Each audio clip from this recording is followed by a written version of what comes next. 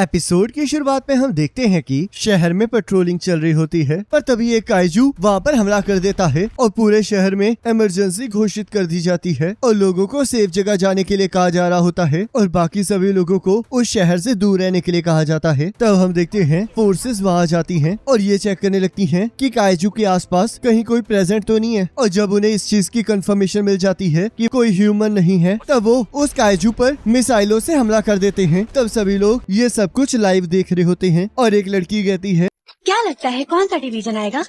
और कौन, third division वाले ही आएंगे। और तब हम देखते हैं हेलीकॉप्टर से थर्ड डिवीजन नीचे उतरती है और वो लोग उतरते ही काइजू पर गोलियों से हमला करना स्टार्ट कर देते हैं, जिससे उस काइजू को चोट आने लगती है। और तब थर्ड डिवीजन की कैप्टन काइजू की छाती में अपनी तोप से होल कर देती है, जिससे वो काइजू पूरी तरह से फट जाता है और उसके बॉडी पार्ट्स पूरे शहर में फैल जाते हैं। और तब वहाँ पर क्लीनिंग टीम आ जाती है। तब यहाँ काफका उस काइजू की बॉडी पार्ट्स को देखकर कहता है, इसे साफ करने में तो और टाइम काम करना होगा।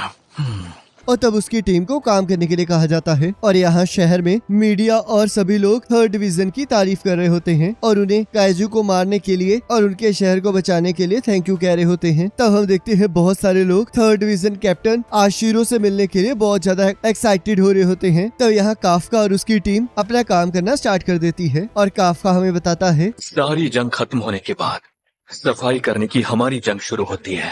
हमें पता है कोई हमारी वाहवाही करने नहीं आएगा, क्योंकि किसी को हमारे काम से फर्क ही नहीं पड़ता है, मगर काइजू के खिलाफ ये हमारी अनकही जंग है। तभी एक ड्रोन उसके पास सैंपल लेने आया होता है और तब वो उसे सैंपल दे देता है और अपने साथी से कहता है, मैं इसे यहाँ से नहीं काट पा रहा हूँ, तो इसलिए मुझे फैट जैमिंग कटर ला कर दो। और तब वो देखता है उसका एक साथी एक ऑर्गन को लिफ्ट करने लगता है। तब काफका उसे लिफ्ट करने के लिए मना करने लगता है, पर हम देखते हैं तब तक बहुत ज्यादा देर हो चुकी होती है और वो ऑर्गन फट जाता है, जिससे गरम गरम खून उसके ऊपर गिरता है और उस पर्सन की स्किन थोड़ी सी जल जाती है। तब काफका उसके पास आ जाता है और उस पर दवाई लगाकर कहता है, मेरे साथ भी ऐसा कई बार हुआ है, याद से इसका हर्जाना लेना मत भूलना। ठीक है, नहीं भूलूंगा। ये थर्ड डिवीजन वाले हमेशा काम बढ़ा देते हैं। पता नहीं कौन सा हिस्सा ऑर्गन है और कौन सा नहीं। क्या वो सच में एक्सपेक्ट कर रहे हैं कि हम ये वीकेंड तक साफ कर देंगे? तभी उसका एक साथी वहाँ जाता है और कहता है, काफका, तुम्हारे लिए एक काम है। काम क्या है? इंटेस्टाइन्स का। जिसे सुनकर वो बहुत ज्यादा डर जाता है और वहाँ से भागने लगता है। तब उसका साथी इस बात के लिए जोर जोर से हंसने लगता है और एक पर्सन उसे पकड़कर कहता है, मुझे मैनेजमेंट से परमिशन मिल गई है। तब एक पर्सन कहता है, मैंने सुना है कि इंटेस्टाइन की जॉब बहुत ज्यादा मुश्किल होती है, क्या ये सच है? उसके लिए पहले ये सोचो कि इंटेस्टाइन्स में होता क्या है। तब यहाँ काफका सोचता है, आखिरकार क्यों हमेशा मुझे इस ड्यूटी पर भेज दिया जाता है। और तब उसे उल्टी आने लगती है और हम देखते हैं वो उस काइजू की पोटी साफ करने लग जाता है। तब यह रात को काफका कहता है, मैं थक गया हूँ। तब यहाँ न्यूज में थर्ड डिवीजन कैप्टन आशिरो के बारे में बताया जा रहा होता है और उसमें न्यूज एंकर कहती है, नीला आशिरो वो न सिर्फ 27 साल की उम्र में कैप्टन बनी है, बल्कि उन्होंने आज तक सैकड़ों काइजू का खात्मा किया है। और तब काफका अपना बचपन याद करने लगता है, जिसमें उसने आशिरो को कहा होता है कि वो दोनों मिलकर सारे काइजूस को खत्म कर देंगे। तब यहाँ काफका कहता है, पता नहीं मैं इस काम में कैसे आ गया। हाँ? ये सब सोचना बंद कर काफका। सफाई का काम भी उतना ही इम्पोर्टेंट है। मैं भी तो सोसाइटी की मदद कर रहा हूँ। मुझे अच्छे घर में रहने के लिए मिलता है, अच्छा अच्छा खाना मिलता है। क्या ये इतना काफी नहीं है? और तो वो अगले दिन फिर से काम पर चला जाता है, जहाँ उसका एक साथी कहता है, तो आज से ये पार्ट टाइमर हमें ज्वाइन कर रहा है। इसका नाम है रेनू इचिकावा। कहता है ये डिफेंस फोर्स ज्वाइन करना चाहता है। एक जमाने में ये बंदा भी तुम्हारी तरह ही था, पर इसने हार मान ली और तब से ये यहीं पर पड़ा रहता है। टोकू जी, आप इस नए बच्चे को डरा रहे हैं क्या?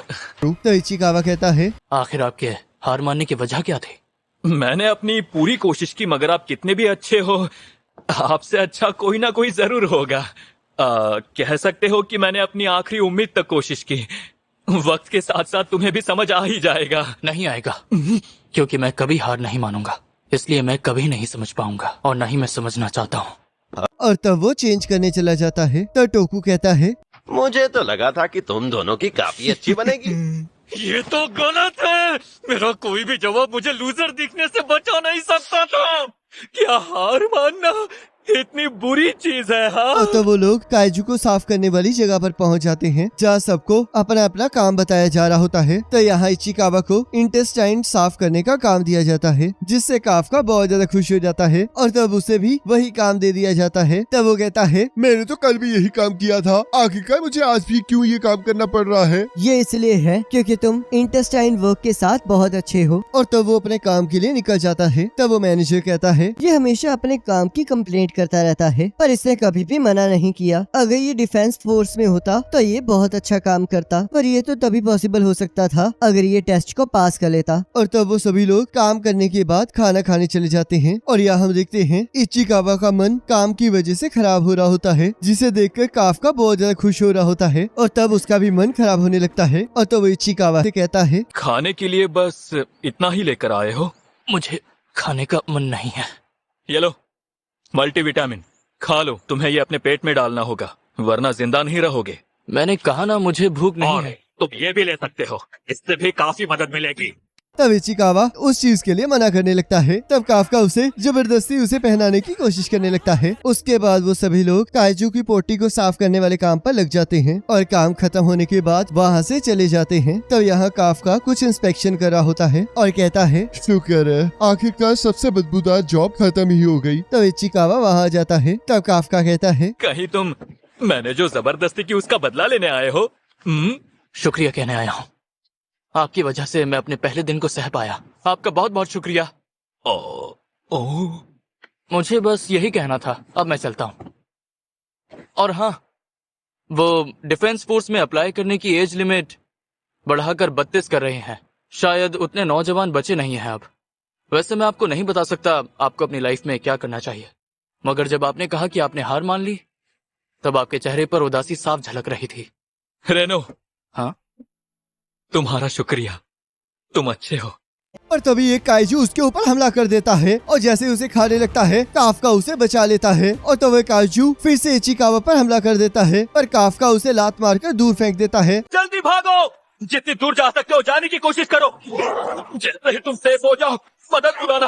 आप इससे अकेले नहीं लड़ सकते हैं। मेरे मरने से कोई फर्क नहीं पड़ेगा, मगर तुम्हें डिफेंस फोर्स ज्वाइन करनी है तो यहाँ रुककर जान मत गवाओ। जाओ यहाँ से।